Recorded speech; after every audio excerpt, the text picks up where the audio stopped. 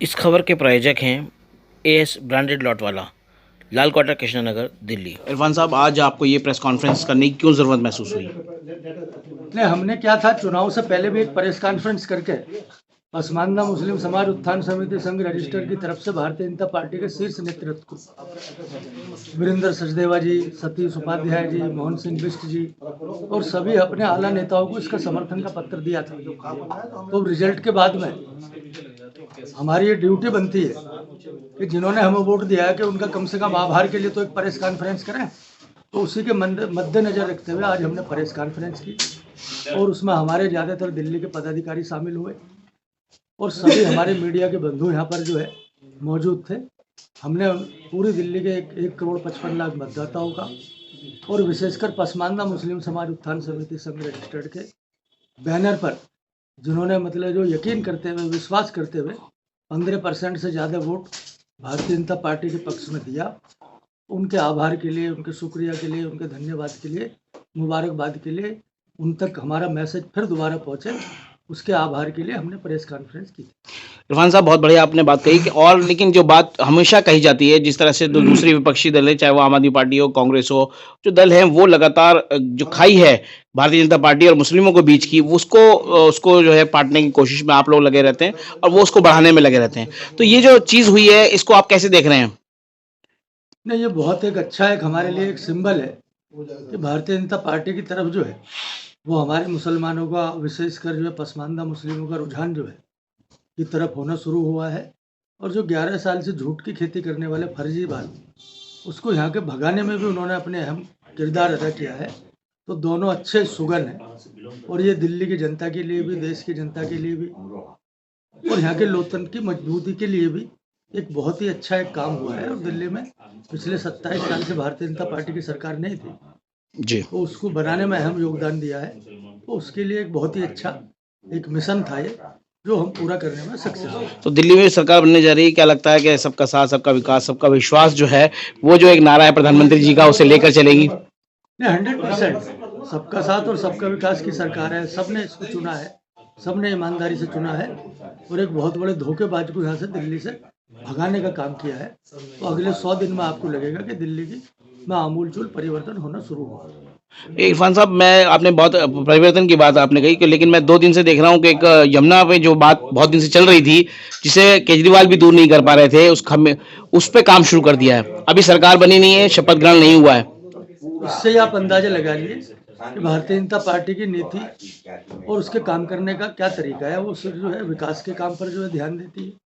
Result आने के बाद में अभी हमारी सरकार भी नहीं बनी, लेकिन काम जो है वो शुरू हो गया और लोगों को नजर आना शुरू हो गया। वो खुद आकर हमें बता रहे हैं कि जमुना जो है साफ होने की तरफ जो है गामजन है। और मोदी जी ने वादा किया था कि इसको साबरमती के रिवर फ्रंट की तरीके से हम डेवलप करेंगे। तो हमारे दिल्ली के लिए एक बहुत बड़ा जो है ये एक उठने का, बैठने का, आने का, जाने का एक साधन वहाँ पर होगा, जो हमारी बड़ी बड़ी फैमिली जाकर जो है वहाँ पर बैठेंगी, यमुना की सैर करेंगी और यमुना का पानी स्वच्छ होगा दिल्ली के लिए भी, देश की जनता के लिए भी और हमारे पर्यावरण के लिए। और माना ये जा रहा है आने वाले समय में ट्रिपल इंजन की सरकार जो है वो दिल्ली में होगी। तो क्या उम्मीद की जा रही है, दिल्ली विकास की तरफ आगे बढ़ेगी? नहीं, 100% बिल्कुल यू आर राइट। जो है अभी विकास की तरफ दिल्ली चलेगी और उसका सबसे बड़ा कारण है कि जो पिछले 11 साल से झूठ की खेती हो रही थी। अभी 2 साल पहले कारपोरेशन में वो कि कूड़े के यहाँ ढेर हैं, कूड़े के चट्टे लगे हैं, अंबार लगे हैं, इसको हटाने के लिए जो है आप नगर निगम में भी हमें दो।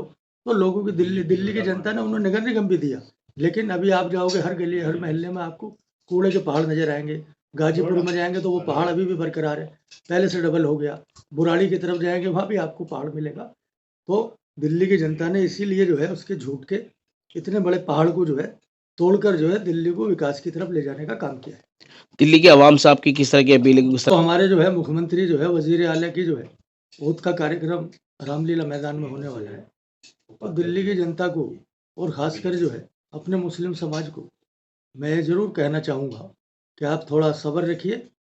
जो दिल्ली में सबका साथ और सबके विकास वाली सरकार आ गई है, सबके साथ आपका भी विकास होगा, आपकी भी हर चीज़ पर ध्यान दिया जाएगा और जितनी गंदगी है वो भी हटाई जाएगी, गलियाँ भी बनाई जाएंगी, सीवर भी ठीक करे जाएंगे और दिल्ली के माहौल को बहुत साजगार किया जाएगा। शुक्रिया। हाँ, बहुत बहुत धन्यवाद। आपके चैनल के माध्यम से मैं दिल्ली वासियों को खासकर पसमानदा समाज को मैं धन्यवाद करना चाहता हूँ कि उन्होंने हमारी अपील को सुना और सुनकर हम पे विश्वास किया और उन्होंने अपने हक के लिए वोट किया और वोट किया उसको जो भाजपा है। वो क्यों भाजपा को वोट किया और क्यों कराया, उसके पीछे एक राज है। उत्तर प्रदेश का रहने वाला हूँ। उत्तर प्रदेश के अंदर जो योजना चल रही है, चाहे वो किसान सम्मान निधि हो, चाहे वो जो उज्ज्वला गैस योजना हो, चाहे वो जनधन खाते हो, चाहे शौचालय हो, चाहे MSME के माध्यम से हमारे छोटे किसान भाइयों को, हमारे छोटे मजदूर भाइयों को जो योजनाएं मिल रही हैं, जो ऋण मिल रहा है, वो विधिवत रूप से 35%, 40%, 50%, जनधन खाते 92% मिले हैं। तो ये उपलब्धि है भाजपा की हमारे उत्तर प्रदेश के अंदर। इसी को देखते हुए हमने दिल्ली में मन बनाया कि दिल्ली की जो हमारे समाज है, मुस्लिम समाज है, चाहे सीलमपुर हो, चाहे जाफराबाद हो, चाहे ओखला हो, चाहे जामिया हो, चाहे त्रिलोकपुरी हो, चाहे लांगलोई हो, जहाँ पर बड़ी आबादी में रहता है, चाहे संगम बिहार हो, ना रोड है, ना पानी है, ना शिक्षा है, ना रोजगार है।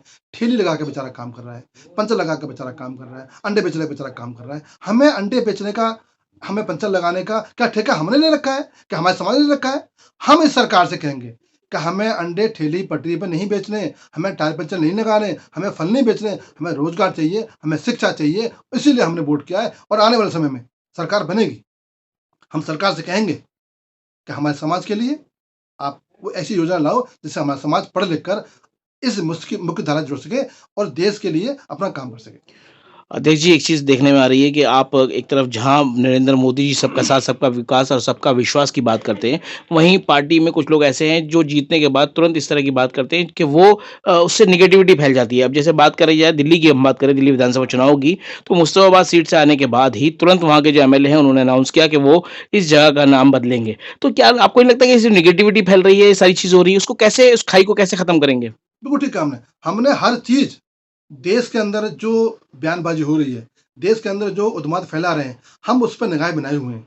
और जिस लोग जो लोग बोल रहे हैं, चाहे वो भाजपा के लोग हों, चाहे वो सपा के लोग हों, चाहे वो किसी पार्टी के लोग हों, जो मेरे देश के मुसलमानों को बदनाम करेगा, जो मेरे देश के मुसलमानों को आहत करेगा, हम उसका विरोध करेंगे और हम समझाएंगे कि हम देश के नागरिक हैं, हमारे पूर्वज इस माटी में दफन है, हम बाहर से नहीं आए, हमारा अधिकार है वोट देना और हमारा अधिकार है आपसे हक मांगना। हमें बदनाम नहीं किया जाए, हमें गाली नहीं दी जाए, हमारी टोपियों को न छेड़ा जाए, हमारे बच्चों को ना मारा जाए और हमारे समाज को ना परेशान किया जाए। हम इस देश के नागरिक हैं, हम आपको वोट देंगे तो हम आपसे अपना हक मांगेंगे। तो ऐसी बातें हम रखेंगे और जो कुछ गलतियां हैं सरकारों में, हम उसको दूर करेंगे। ये हमारा प्रण है, क्योंकि जब तक मेरा समाज सुरक्षित नहीं होगा, जब तक मेरा समाज शिक्षित नहीं होगा, जब तक मेरा समाज मेरे साथ खड़े होकर नहीं चलेगा, तब तक हम लक्ष्य प्राप्त नहीं कर सकते।